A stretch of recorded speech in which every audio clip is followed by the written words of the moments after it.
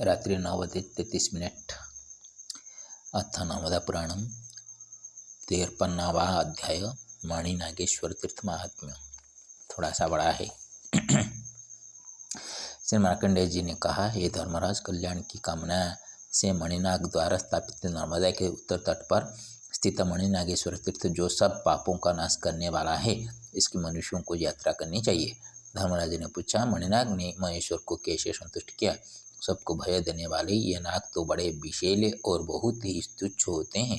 हे ऋषिश्रेष्ठ, यह संपूर्ण चरित्र जो संपूर्ण पापों का नाश करने वाला है, मुझसे कहने की कृपा करे।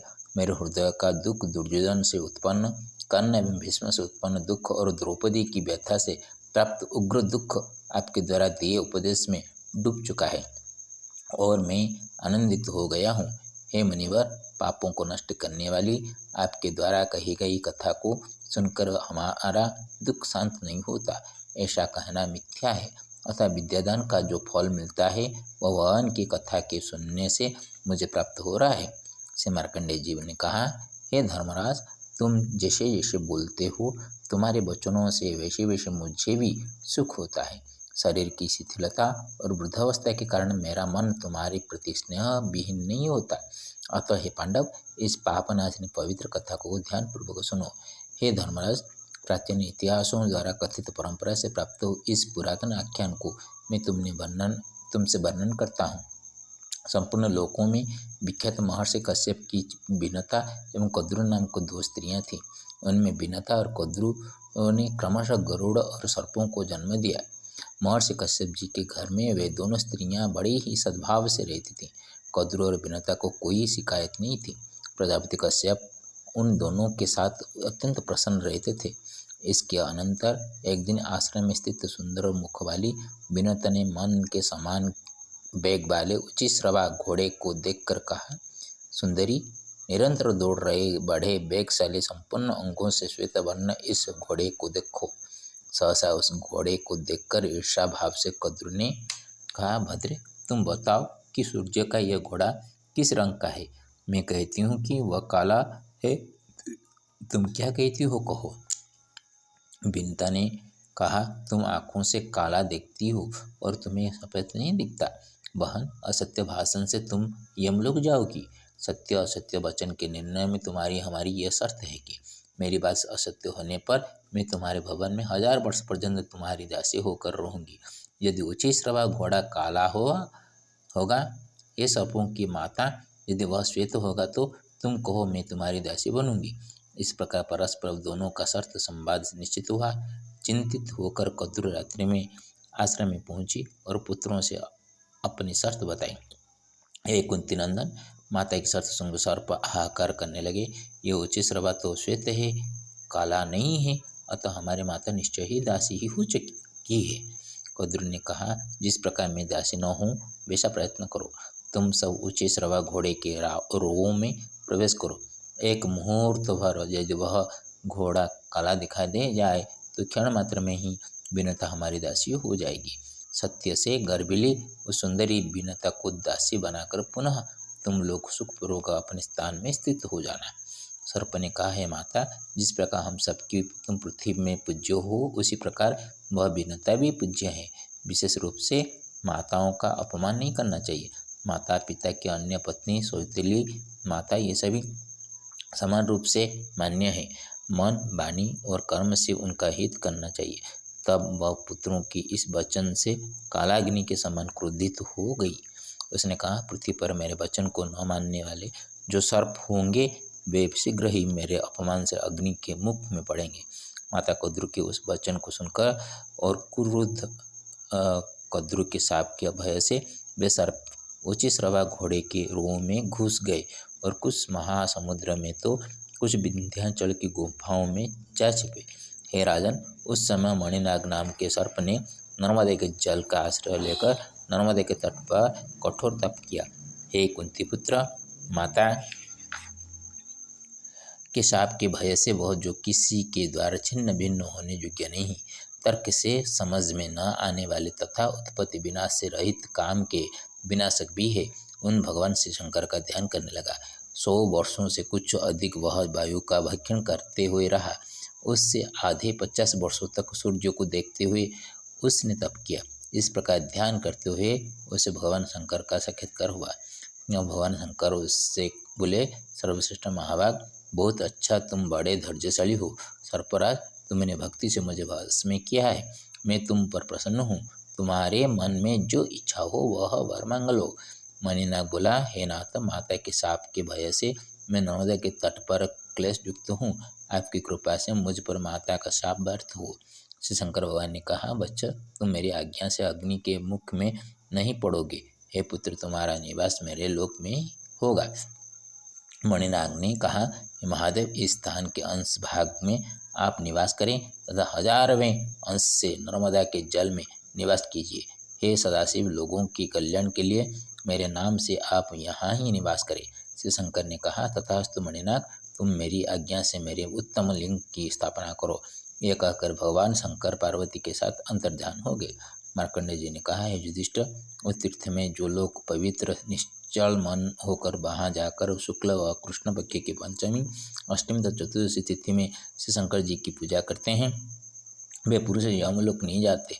दधि, मधु, घृत और दुग्ध से स्नान कराए जा रहे त्रिनेत्र भगवान शंकर की भक्ति से जो लोग पार्वती से युक्त शरीर वाले, काम के दहन करता, अघासुर के विनाशक का भक्तिपूर्वक दर्शन करते हैं, वे सब पापों से रहित होकर उत्तम लोक में जाते हैं।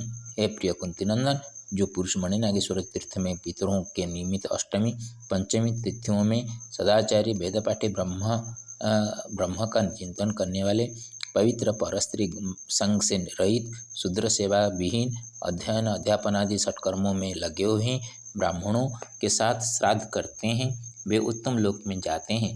श्राद्ध कर्म में विकलांग, लूले, लंगड़े, अशुद्धभाषी, नपुंसक, ब्याज से जीविका चलाने वाले, किसान तथा हल चलाकर कृषि काम करने वाले, अपने धर्म से भिन्न वृत्ति अपनाने वाले लोग कभी भी निमंत्रण के योग्य नहीं है। जिसके घर स्त्री रूप में शूद्र भार्या है और जो ब्राह्मण भैंस का पालन करता हो, हे राजन, श्राद्ध और व्रत क्रम में उस ब्राह्मण को दूर से ही त्याग करना चाहिए।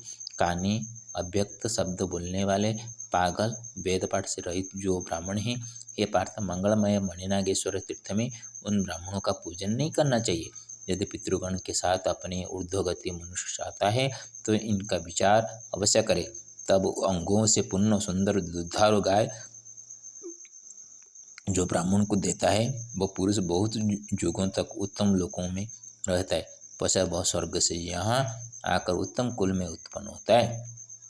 हे राजन, जो पुरुष बड़े भक्ति से मणिनागेश्वर के दर्शन करते हैं, उनके वंश में सर्पों का भय नहीं होता। मणिनागेश्वर के दर्शन के कारण उनसे सर्प डरता है। सर्प मंडल में वे गरुड़ के रूप में दिखाई देते हैं। हे राजन, यहाँ दिए गए दान के पुण्य फल को भी तुम सुनो। जो श्रेष्ठ पुरुष सिद्ध पवित्र मधुर अन्न देते हैं, जल, सजा, छाता, मधुर भाषण करने वाली दासी देते हैं, हे राजन, वे सभी वस्तुएं सुपात्र ब्राह्मणों को ही देना चाहिए। यदि मनुष्य आत्मा का कल्याण चाहता है, सुगंधित पुष्प तथा वस्त्र भी देना चाहिए। दीपक, अन्न, सब साधनों से युक्त सुसज्जित घर जो योग्य सदाचारी विद्वान ब्राह्मणों को भक्ति से देते हैं, वे स्वर्ग जाते हैं। हे राजन, मणिनाग तीर्थ में जो कुछ दान दिया जाता है, उस दान के प्रभाव से मनुष्य का स्वर्गलोक में निश्चय ही वास होता है। कच्चे घड़े में जल की भांति उसके सारे पाप नष्ट हो जाते हैं। जो पुरुष नर्मदा जल से बनाए गए भोज्य अन्न ब्राह्मण को देता है, वह पुरुष सब पापों से मुक्त होकर देवगणों के साथ क्रीड़ा करता है। अब स्वर्ग से गिरे हुए पुरुषों के लिए लक्षण में तुमसे कहता हूँ, वे पुरुष दीर्घायु, जीवित पुत्र वाले, सुंदर, धनवान, सब रोगों से रहित, पुत्र और सेवकों युक्त, त्यागी, भोग संपन्न, सदा ही धर्म मार्ग में लगे हुए, देवता, ब्राह्मण, गुरु के भक्त, तीर्थ सेवा में तत्पर, माता पिता के आज्ञा पालक, नित्य ही द्रोह क्रोधादि से रहित होते हैं। इन गुणों से संपन्न वे मनुष्य स्वर्ग से यहाँ आकर पुनः स्वर्ग जाते हैं। ये पांडुनंदन, युधिष्ठिर, ये मणिनाग तीर्थ सब तीर्थों में श्रेष्ठ हैं। पुण्यप्रद इस तीर्थ महात्म्य को जो पढ़ता है या सुनता है, वह सब पापों से मुक्त होकर शिवलोक में पूजित होता है। उस पर विष का प्रभाव नहीं पड़ता। वह मनुष्य इच्छानुसार विचरण करता है। भाद्रपद की षष्ठी तिथि में सूर्य नारायण के दर्शन से जो पुण्य होता है वही पुण्य इस आख्यान के सुनने से प्राप्त होता है। संप्रति मया रचितं संस्कृतेन शृण्वन्तु। अथ नर्मदापुराणं मणिनागेश्वरतीर्थवर्णनं 53 खमदेहिस्तमात्मा मे कथितमतिमधुरं साधीरेण महाराज तावशृणु कथामिति।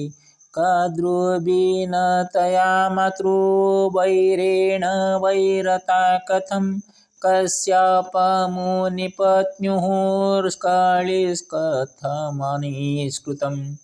विनता श्वेतवर्णस्य शोच्वैश्रवसुतगुणं कदृसमीपमवदति श्वेतकृष्णात्मदासतां। श्वेतवर्णो यदि च स्वो कदृदासी भविष्यति सर्पमातुर्वच कृष्णं विनतापखे जननी सर्पानां अनाहूय कदृशा अश्वलोम्नि स्थिरो भव चादेशमवमानेन क्रोधा माता सपत्वरा अग्निमुखेन यूयं च निपात्यभस्मसाद्भवत् मातृक्रोधाद्विरमाय केचन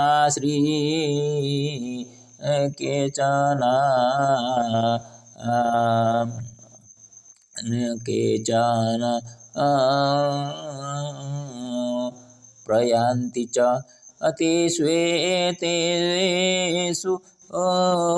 एकमणिनागश्च नर्मदातटमाश्रितः कठोरतपसा तोषितो प्रियः शिवाशिषं मणिनागश्चाग्निभयासु दूरता नरेशो नागभयाच्च यो नरो पूज्यते तटे चाष्टम्यां च चतुर्दश्यां मणिनागेश्वराश्रितः संपूजयति भक्त्या सो प्राप्नोति फलानन्तताम्। दानधर्मादिकं सर्वं तिलतर्पणमपि च स्वर्गसौख्यादि संप्राप्य नरोत्तमो भवेत् चिरम्। उत्कल भाषा खमदेहि ग्राम खळकृति गाथा खेळायण कुप्रवृत्ति खरबा करी दिए खळ गर्भवासा खळ दुर्योधनमती। कश्यपंक दुही भाज्या मध्ये देणे विवाद घटिला सुण सर्प माता कद्रु पक्षी माता जाण भिन्नता भाषे वचन। उच्चि श्रवा मोर केमंत धवळ सतमिच्छ अवाकुह ईशान्वित कद्रु कृष्ण वर्ण सतमिच्छ हेले कण कुह। सतवचन रे कद्रु हेव वादासी मिच्छ वचने भिन्नता धवळ की कला हुईव संसारे सर्प शिशु गणे माता। अश्वलोम कूपे तुम्हें जाई रूह अश्वकृष्ण वर्ण सार मातार निर्देश असंगत मणि कुंठित मन मणिर। अग्निरे पडिन भस्मीभूत हुआ मातृशाप डरी मणि नर्मदा तटरे वासा करी पूर्ण कठोर तपस्वी मणि। शिवाराधनारे तोषी आशुतोष अग्निभयरु बंचिला नरोलोके यदि भक्तिपूत मने पूजई जगते भला। मणिनागेश्वरंक अष्टमी अथवा चतुर्दशी तिथि सार दान धर्म करी तिलतर्पण रे पितृस्वर्गवासी कर। नर्मदा स्नान रे हरंग पूजा रे मणिनागेश्वर मानी स्मरी स्मरी नर नाशव नाग भय छाड़ी चिरायु हुओ जीवने। हरि ओम नमो नारायण नमो नमः।